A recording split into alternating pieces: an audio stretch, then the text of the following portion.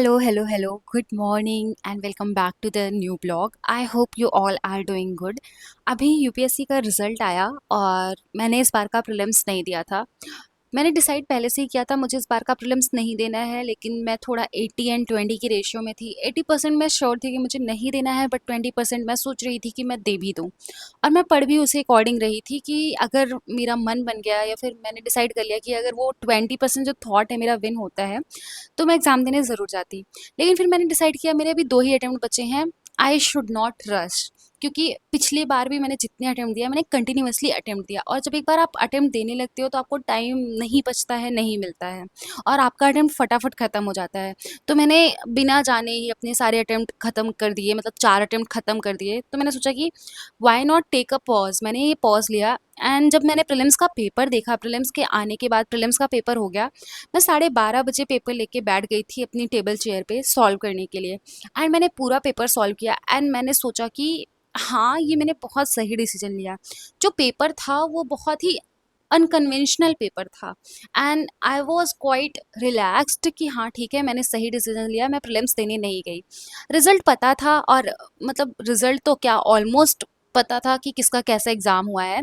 But अभी जब result आया तो मैंने देखा मेरे 2-3 दोस्तों ने पेपर एग्ज़ाम दिया था एंड मेरी बात हुई, बहुत सारे लोगों का सीसैट ही नहीं क्वालिफाई हो रहा था उनका। समझ लो मेरा एक ऐसा दोस्त जिसका सीसैट हर साल क्वालिफाई हो रहा था, इसका इस बार सीसैट ही नहीं क्वालिफाई हुआ है।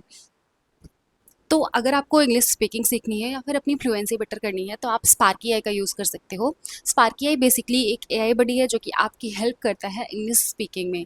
और अगर आपका कोई जॉब इंटरव्यू है, चाहे प्राइवेट जॉब है या फिर गवर्नमेंट, तो स्पार्की आई आपको real time job interview provide करता है। जब आपका इंटरव्यू खत्म होता है तो आपको एक समरी सीट मिलती है जिसमें बताया जाता है कि आपने क्या मिस्टेक किया, क्या ग्रामेटिकल एरर किया, और आप अपने सेंटेंसेस को कैसे और ज़्यादा इंप्रूव कर सकते हो। और देखो, अगर आप एक गवर्नमेंट जॉब एस्पिरेंट हैं तो स्पार्की आई आपके लिए एक ऑल इन वन ऐप है। तो इससे आप अपनी स्पीकिंग बेटर कर सकते हैं, ग्रामर एंड वोकैब इंप्रूव कर सकते हैं। लर्न विद न्यूज़ का ऑप्शन है, जैसे आपको कोई भी न्यूज़ आपने पढ़ा उसे आपको डिस्कशन करना है और अच्छे से समझना है, तो वो वाला ऑप्शन है, आप उसे भी देख सकते हैं। और स्पार्की आई के रिसेंट अपडेट से आप अपने एआई फैन से भी बात कर सकते हो। स्पार्की आई अब iOS और एंड्रॉइड दोनों के लिए अवेलेबल है। इसका लिंक मेरे डिस्क्रिप्शन बॉक्स में है, go and check it out.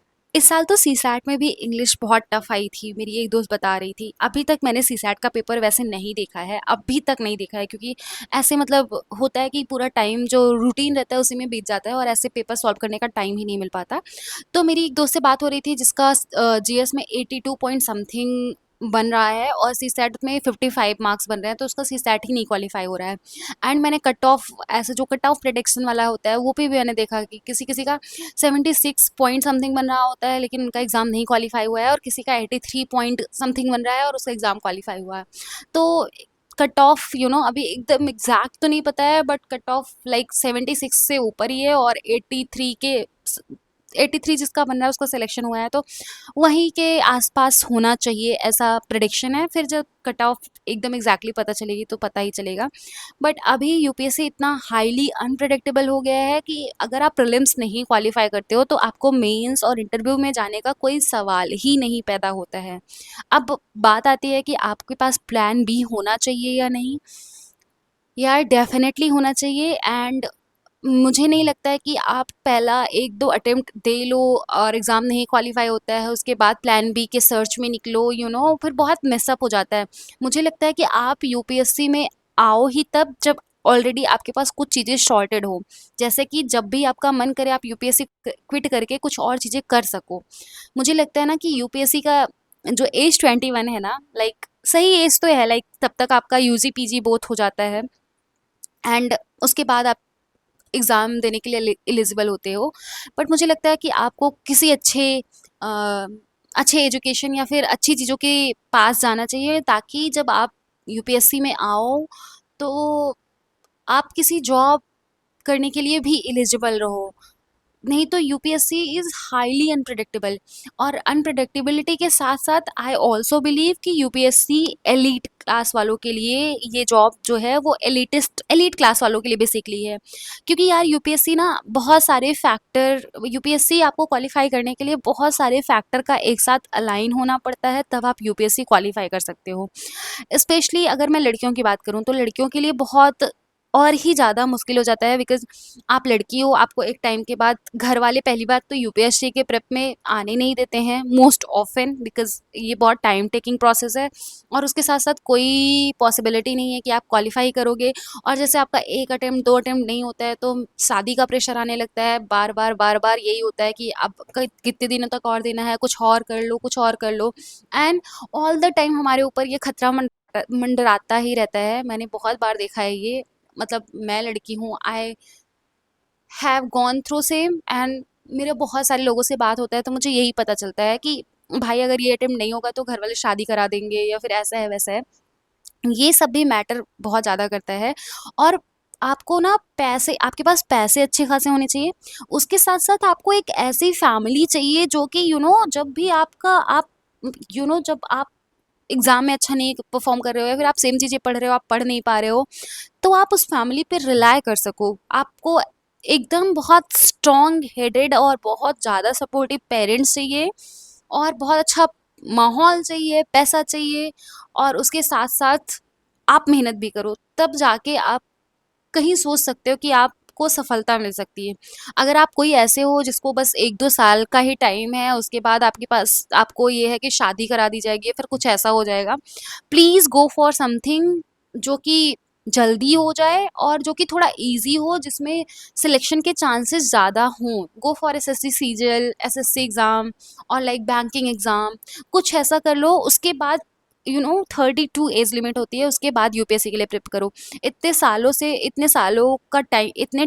सालों का टाइम देके मुझे ये रियलाइज़ हुआ कि हाँ, ये ज़रूरी है कि आपको कुछ सर्कमस्टेंसेस देखने होंगे और उसके बाद ही आपको यूपीएससी प्रेप में आना पड़ेगा। I am thinking to start a series on that also. हम बहुत जल्दी ही इसके बारे में बहुत डिटेल में बात करेंगे। मैं सोच रही हूँ कि एक सीरीज़ ले आऊँ जिसमें मैं सारे प्रॉस एंड कॉन्स सब कुछ बताऊँ। तो आप मुझे कमेंट सेक्शन में बता सकते हो अगर आपका कुछ सजेशन है तो। इसके साथ-साथ ही मैंने एक क्यू&ए ब्लॉग फ़िल्म किया है, वो भी पूरा नहीं हुआ है, मैं थोड़ा-थोड़ा फ़िल्म कर रही हूँ, तो वो भी मैं जल्दी ही डालूँगी। उसमें मैंने बहुत सारे क्वेश्चन्स के जवाब दिए हैं और वो मेरा एक्चुअल में 100 के का स्पेशल क्यू&ए है। आज तक मैंने अपने चैनल पे कोई भी क्यू&ए कभी भी नहीं किया था। मैंने सोचा था कि या तो मैं आईएएस बन जाऊँगी तब क्यू&ए करूँगी, या तो फिर मेरे 100 के या फिर कुछ ऐसा हो जाएगा, कुछ माइलस्टोन अचीव करूँगी तब करूँगी। एंड बिलीव मी, क्यू&ए करते हुए ना बहुत सारा ऐसा मोमेंट रिलीव हो गया है यार, और मैंने एक साथ कर भी नहीं पाई हूँ मैं थोड़ा-थोड़ा करके ऐसे फ़िल्म कर रही हूँ, तो जिस दिन ही कंप्लीट हो जाता है, उस दिन मैं उसको अपलोड कर दूँगी, पब्लिक कर दूँगी। तो स्टे ट्यून्ड फॉर दैट, और जो भी कुछ सजेशन है, कुछ डाउट है, कुछ बताना है, प्लीज़ कमेंट सेक्शन में ज़रूर बताओ। Let's interact with each other so that I can know more about you guys and you can know more about me. वैसे मैं बहुत ज़्यादा कुछ तो ऐसे शेयर नहीं करती, बट या फ़िलहाल मेरा यही शेड्यूल रहता है कि मॉर्निंग में उठो, अपना मॉर्निंग रूटीन करो, न्यूज़पेपर पढ़ो, नोट्स पढ़ो, नोट्स रिवाइज़ करो, उसके बाद अपना आंसर लिखो, फिर जाके मैथ सॉल्व करो एंड खाओ पियो, लाइब्रेरी जाओ। यही डेली सेम रूटीन रहता है। इसी वजह से मैं ब्लॉग भी थोड़ा कम डाल रही हूँ, बट हाँ, मैं मिनी ब्लॉग डाल देती हूँ सो दैट एक जो मैं भी मेरी भी डॉक्यूमेंटेशन वाली जर्नी है वो चलती रहे। एंड अभी इस साल मैं थोड़ा-सा ज़्यादा डेडिकेटेड हूँ क्योंकि टाइम बहुत कम बचा है मेरे पास भी। But I just keep my head down and focus on the facts. I'm setting down gravel while you just follow the path. I'll lead 'em into battle while you're just too scared to act.